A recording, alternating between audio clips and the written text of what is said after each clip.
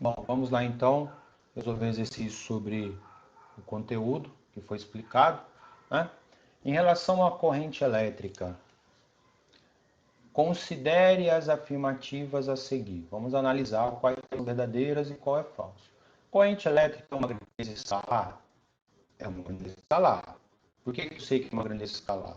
Ora, ela precisa ter módulo, direção, sentido e unidade? Não. Ela só precisa do valor da unidade.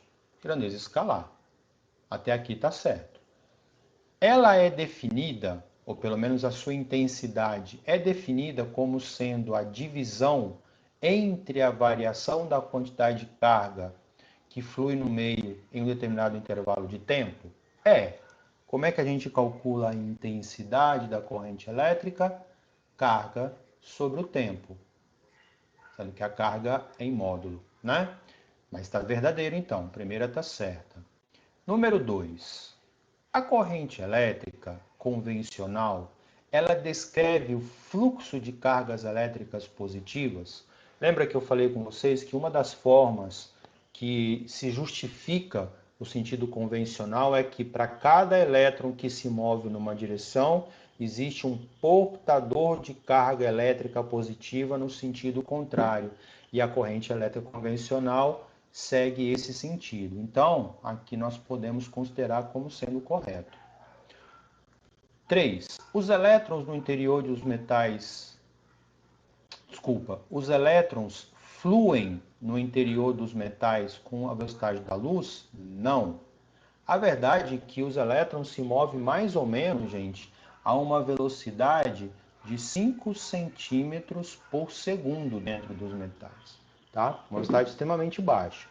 E alguém pode se perguntar assim, pode estar perguntando assim, mas quando eu vou lá, entro no meu quarto, está escuro, e eu aperto ali o apagador, o acendedor, o apagador, a luz acende na hora. O que acontece? O que acontece é que você tem ali dentro como se fosse um efeito dominó, né?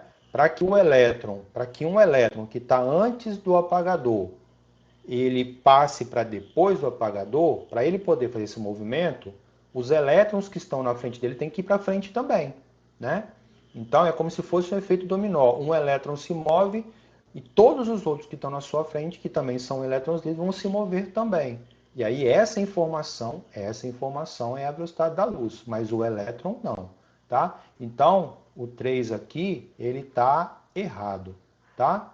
Deixa eu só colocar aqui, aqui é certo, aqui está errado. O campo elétrico é o responsável por fazer cargas elétricas se movimentarem dentro do circuito elétrico?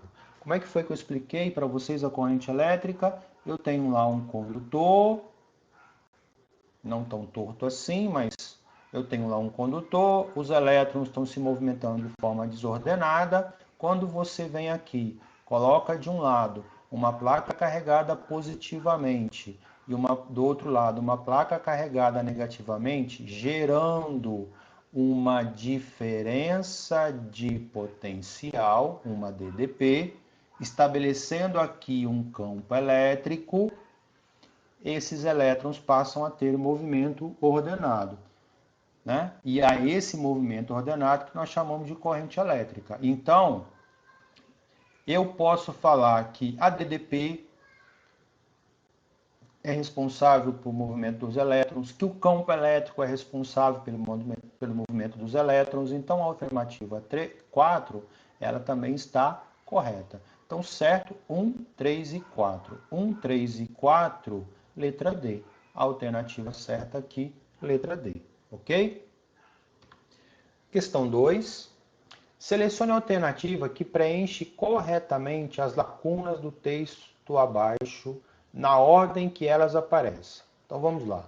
As correntes elétricas em dois fios condutores variam em função do tempo de acordo com o gráfico mostrado abaixo, onde os fios são identificados pelos números 1 e 2. Então eu tenho aqui um gráfico de corrente versus tempo, e aqui está representando a relação da corrente pelo tempo no fio 1 e a relação da corrente com o tempo pelo fio 2. Ok? No intervalo de tempo entre 0 e 6 segundos, ou seja, daqui até aqui, a quantidade de carga elétrica que atravessa uma seção transversal do fio é maior para o fio do que para o outro fio. Então, vamos entender assim, de 0 a 0,6 segundos, em qual fio passa a maior quantidade de carga? Esse exercício, gente, você resolve pela propriedade.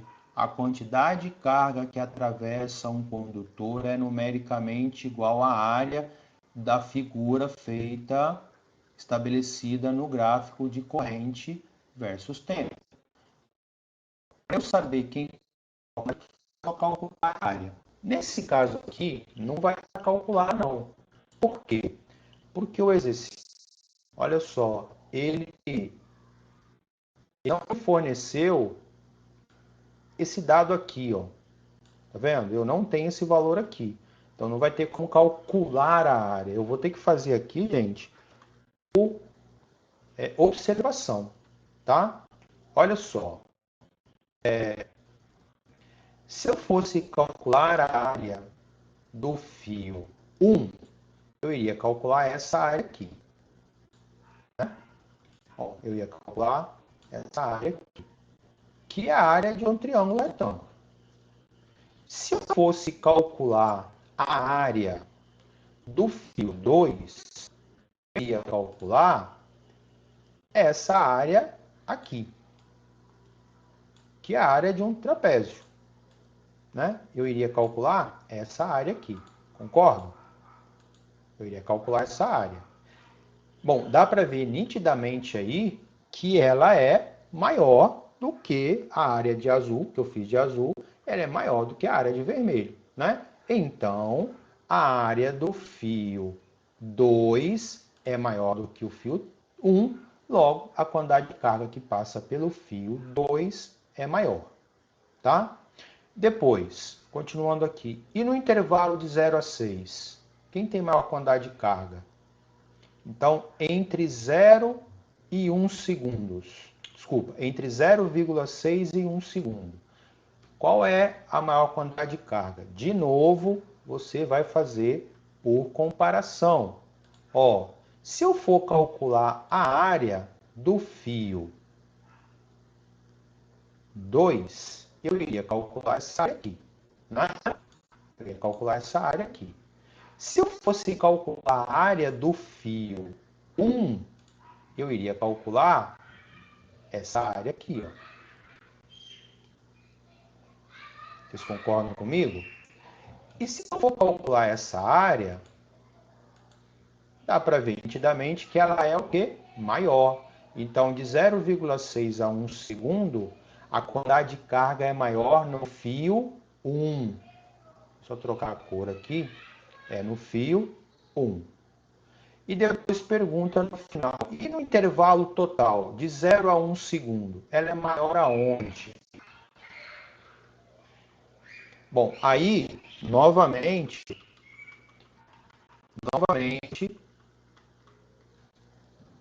deixa eu só fazer aqui de novo, aqui é 2, aqui é 1. Novamente, eu vou ter que fazer por comparação, porque eu não consigo calcular mesmo a área do fio 2, porque olha aqui, ó, eu não sei quanto que vale aqui, ó. Aonde ele terminou ali, eu não sei quanto que vale aqui. E não tem como calcular, tá, gente? O negócio aqui é no olhômetro mesmo. Então, o que, que você vai fazer? Você vai comparar a área dos dois gráficos. E aí, veja o seguinte, gente. Essa área aqui, ó, tanto para o trapézio do fio 2, quanto para o triângulo retângulo do fio 1, essa área aqui é uma área em comum aos dois, né? Lá na matemática seria a união dos dois, né? A área em comum. O que difere a área do fio 2 para o fio 1 é essa partezinha aqui, ó. E aí, olhando, né? Olhando aqui, quem que vai ganhar? Essa parte aqui do fio 2 ou essa parte aqui do fio 1? Do fio 2. Essa área aqui é maior do que essa. né?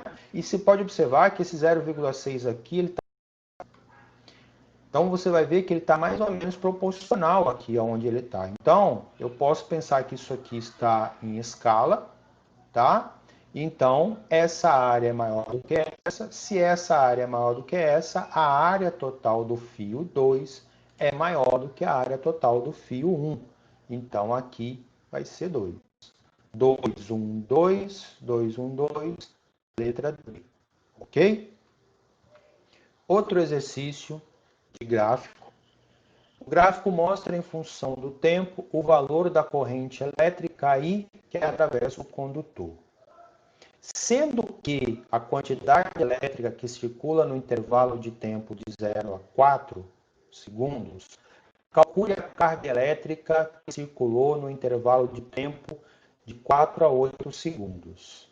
Tá? O que ele está pedindo aqui é o seguinte, ó, se aqui vale Q, porque de 0 a 4 vale Q, se daqui até aqui vale Q, aqui, que eu vou chamar de Q', vai valer quanto? E eu entendo, gente, que ele está pedindo para essa resposta ser em função dessa, tá? Então, a resposta que eu vou fazer aqui tem que estar em função dessa. Então, eu vou fazer o seguinte, já que eu identifiquei isso, eu vou calcular o valor de Q, tá? Como é que eu calculo o valor de Q? Carga é numericamente igual à área. A área ali é base vezes altura. A base vai de 0 a 4 e a altura vai de 0 a 0,4. Então, Q vai valer 1,6 coulomb. Essa é a quantidade de carga nesse pedaço aqui. E qual vai ser o valor de Q'?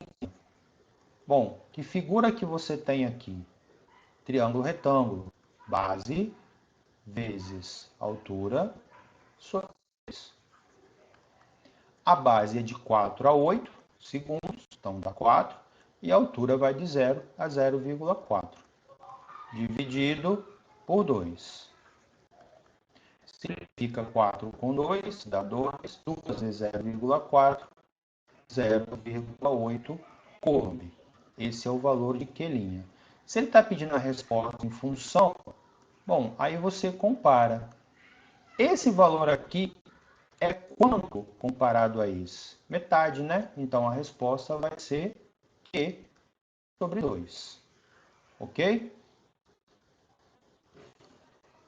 Essa questão aqui é uma questão que a gente vai entender o que significa, e as empresas de celulares fazem muito isso, de smartphone faz muito isso, né? Quais são as características boas de um bom smartphone hoje? Ah, a bateria tem 4.400 miliampere-hora. Ou, ah não, a do outro tem 5.500 miliampere-hora. Daqui a pouco, quando vocês tirarem a carteira de vocês, vocês vão ter o carro de vocês vão estar se preocupando com outra coisa. Bateria do carro. A bateria do carro arriou. Aí você vai lá comprar, o cara vai falar para você, ó, eu tenho bateria de 60 ampere-hora, eu tenho bateria de 90 ampere-hora. Qual que você vai querer? Então, o que significa esse ampere-hora aqui, ó? Tá? O que ele significa? Gente, corrente elétrica é carga sobre o tempo. Isola a carga. Isola aqui a quantidade de carga. O ΔT vai passar para cá. Então, Q vezes ΔT, correto? Ou seja, se corrente elétrica é dado em ampere e o tempo é dado em segundos, você tem ampere vezes segundos. Mas eu posso usar o tempo em horas. Então, se eu usar o tempo em horas, eu vou ter que a quantidade de carga vai ser em ampere-hora. Então, esse termo ampere-hora, ele significa qual a quantidade de carga que aquela bateria tem. E a quantidade de carga que ela tem determina qual é a quantidade de energia que ela vai conseguir fornecer enquanto ela está funcionando, tá? É como se essa quantidade de carga fosse o volume de uma caixa d'água, fazendo uma analogia. Quanto maior for a quantidade de ampere-hora, maior é a quantidade de carga que ela consegue armazenar. Quanto maior o volume de uma caixa d'água, mais água ela consegue armazenar. Então, esse termo ampere-hora significa maior ou menor duração de uma bateria. Então, se você pega um celular que tem 4.400 mAh e um que tem 5.500 mAh, essa bateria dura mais do que essa. Eu sei que existem já telefones, smartphone, que tem 7.000, eu acho que é 7.700 mAh de carga, né? Ou eu ainda não entendi por que eles usam mili. Era só fazer aqui um 7,7 ampere-hora, que aí ficaria igual a do carro, né? Então você tem lá baterias de smartphone hoje que já tem essa quantidade de carga aqui, ou seja, consegue durar mais tempo antes de precisar de uma recarga, ok? Então, esse exercício, ele trata exatamente disso, tá? Ele fala que essa unidade ampere-hora trata-se da quantidade de carga que a bateria consegue armazenar, ok? Vamos lá para o exercício agora. Deixa eu limpar aqui a minha bagunça.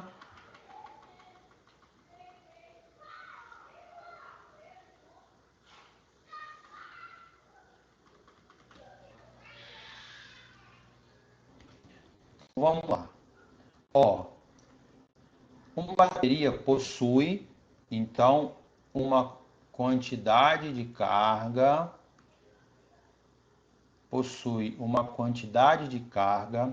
de 44,4 ampere hora.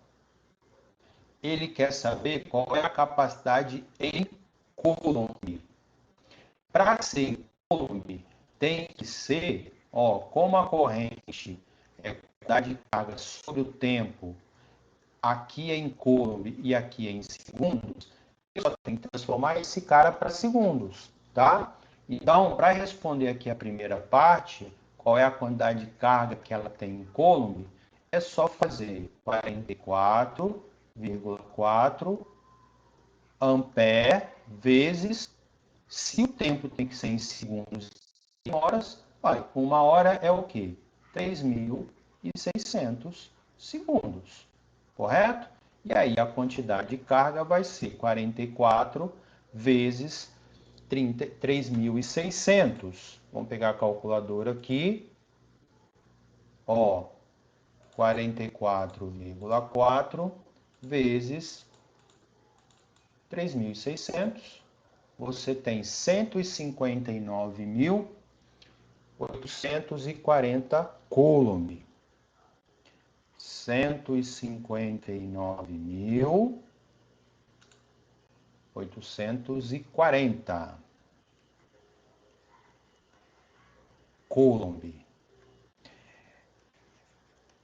Se essa questão for uma questão de múltipla escolha, provavelmente não vai estar assim, vai estar assim, tá? 1,6 vezes 10 elevado a 1, 2, 3, 4, 5. 1,6 vezes 10 elevado a 5 coulomb, tá, gente? É bem provável que esteja em notação científica, ok? Então, aproximando 1,6, ok? Depois ele pede o número de elétrons que ela pode fornecer. Como é que eu vou fazer para achar esse número de elétrons? Vamos voltar lá em fevereiro. A quantidade total de carga é o número de carga vezes a carga do elétron. Então, eu tenho aqui 1,6 vezes 10 elevado a 5. O número de elétrons eu quero saber. A carga do elétron é menos 1,6 vezes 10 elevado a menos 19. Eu nem coloquei aqui, tá vendo? Porque tem módulo. Eu sei que isso aqui é carga de elétron. Então, O certo seria colocar menos 1,6 aqui, né? Eu nem coloquei, mas eu sei que é negativo, ok?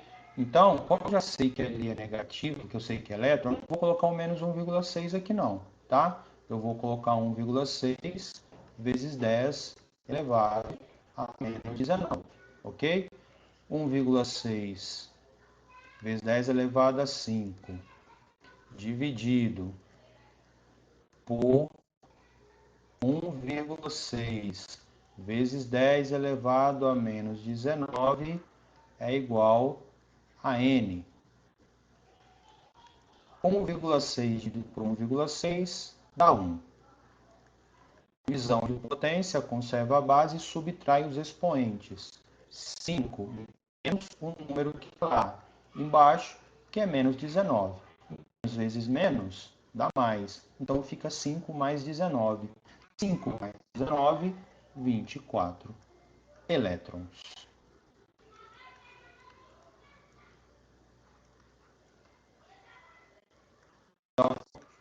A quantidade de elétrons que eu vou ter dentro dessa bateria é de 1 vezes 10 elevado a 24 elétrons.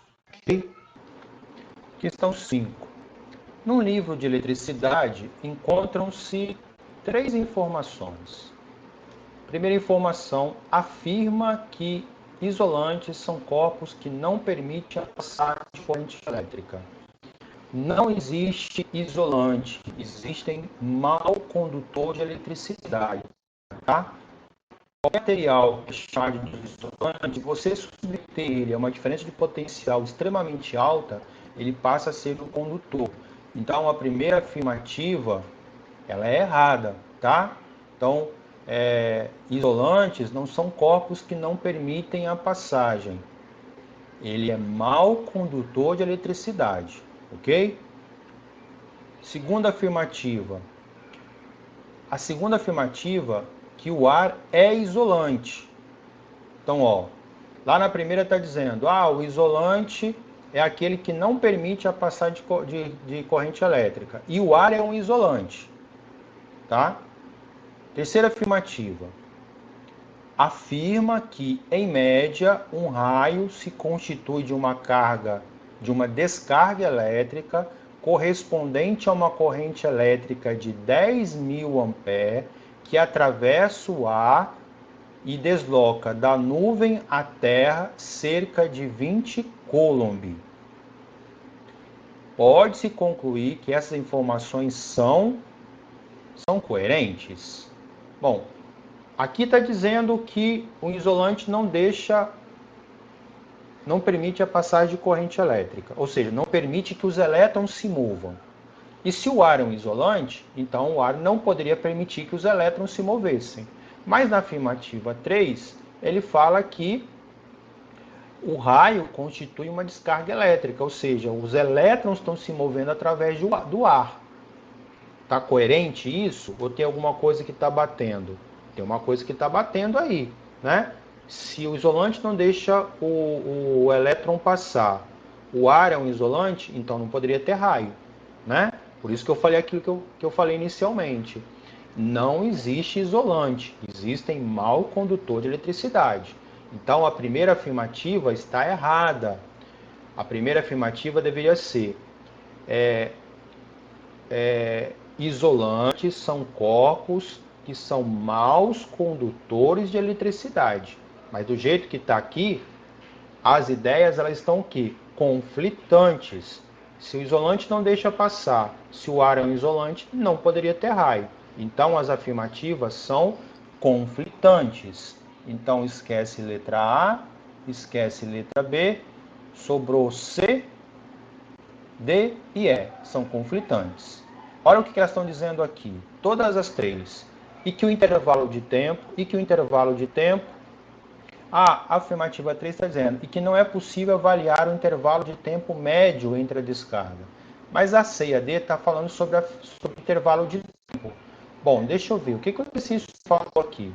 Ele falou que eu tenho uma corrente elétrica de 10.000 amperes.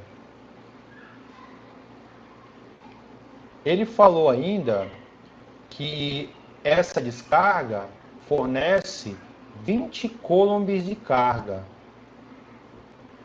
Com essas duas informações eu consigo achar o tempo? Consigo, né? Porque eu sei que corrente elétrica é módulo de carga sobre o tempo. Então dá para calcular. Com isso, a letra E também eu descarto, porque não é possível avaliar. É possível sim calcular, é possível sim avaliar.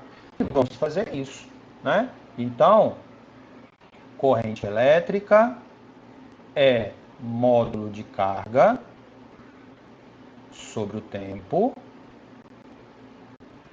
A corrente elétrica é de 10.000 amperes. A quantidade de carga é de 20 coulomb, dividido pelo tempo, multiplica cruzado, vai ficar T igual a 20 dividido por 10.000.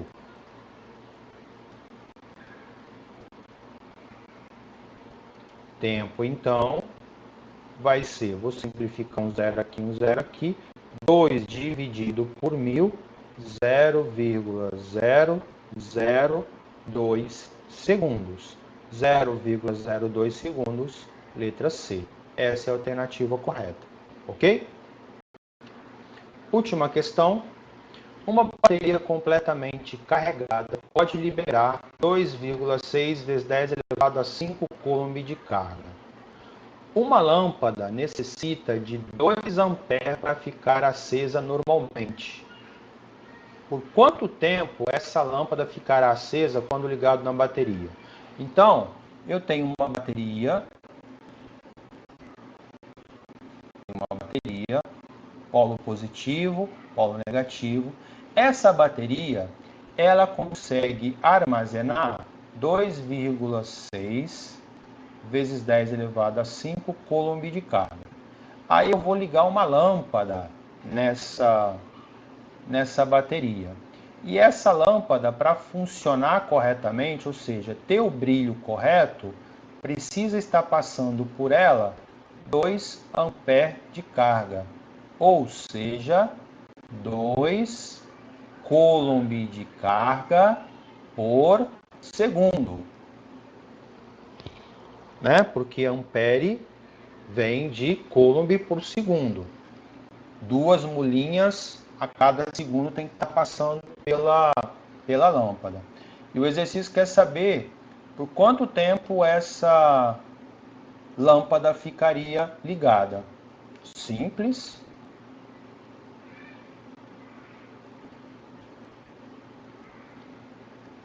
Eu tenho a corrente elétrica, ela precisa. Eu tenho qual é a quantidade de carga que fica armazenado aqui, dividido pelo tempo, que é o que eu quero achar.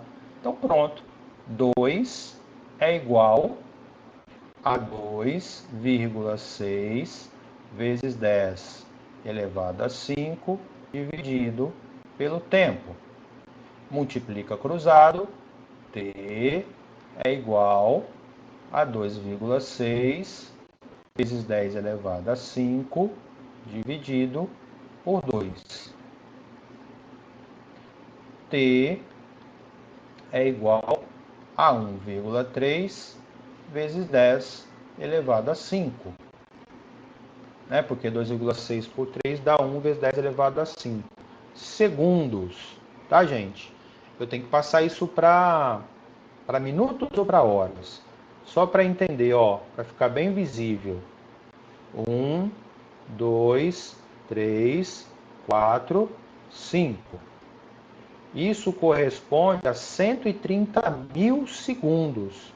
Então dá para passar isso para horas. Então divide. Quantos segundos tem uma hora? 3.600. Eu tenho que passar isso para horas. Vamos pegar a nossa calculadora. 130 mil dividido por 3.600. 36,1 horas. Então podemos colocar aproximadamente 36 horas. Essa seria a resposta, ok?